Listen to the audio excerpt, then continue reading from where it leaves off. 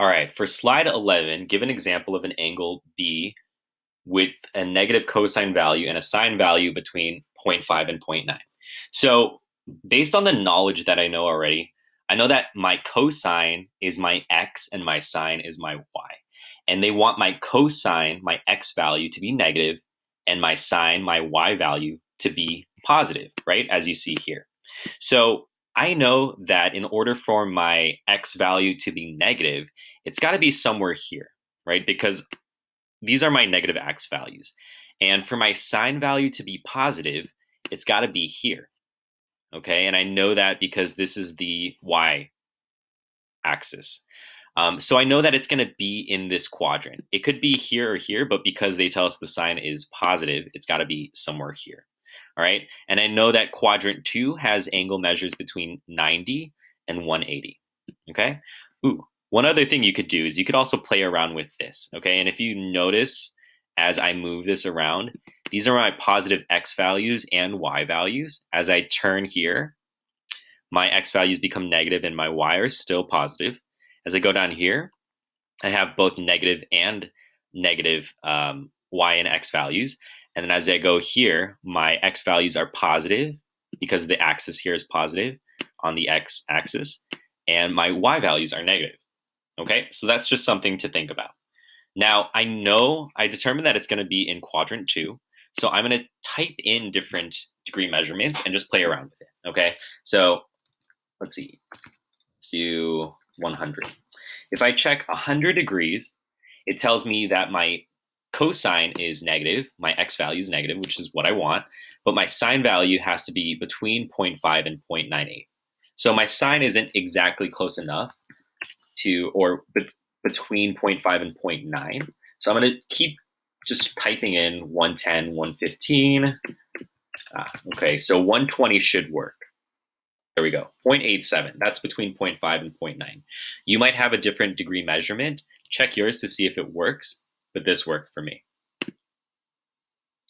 For this question, I want you guys to try this on your own. I'm going to do this. Ooh, I can pause the recording. Okay, so I'm going to let you guys do this. Pause right here, and when you play again, you'll have the answer. All right. Hopefully that was enough time. So here are the answers, and you can see that the order is all weird. Okay, there we go. You can see that it identifies the positive and negative for the sine and cosine, and it also gives an approximate angle measurement. What I did when I was doing this is I looked at the quadrants, and knowing where the negative and the positive x and y values are is very helpful. So remember, cosine is your x, sine is your y. So for this one here, for example, your cosine is positive and your sine is also positive. These both have negative.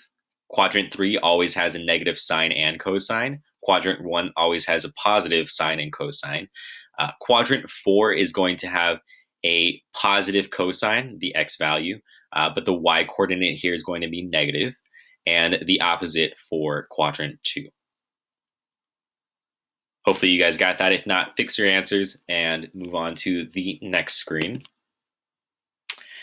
For this question, the angle 70 degrees is shown on the unit circle together with its coordinates. State another angle that has the same sine value but a different cosine value.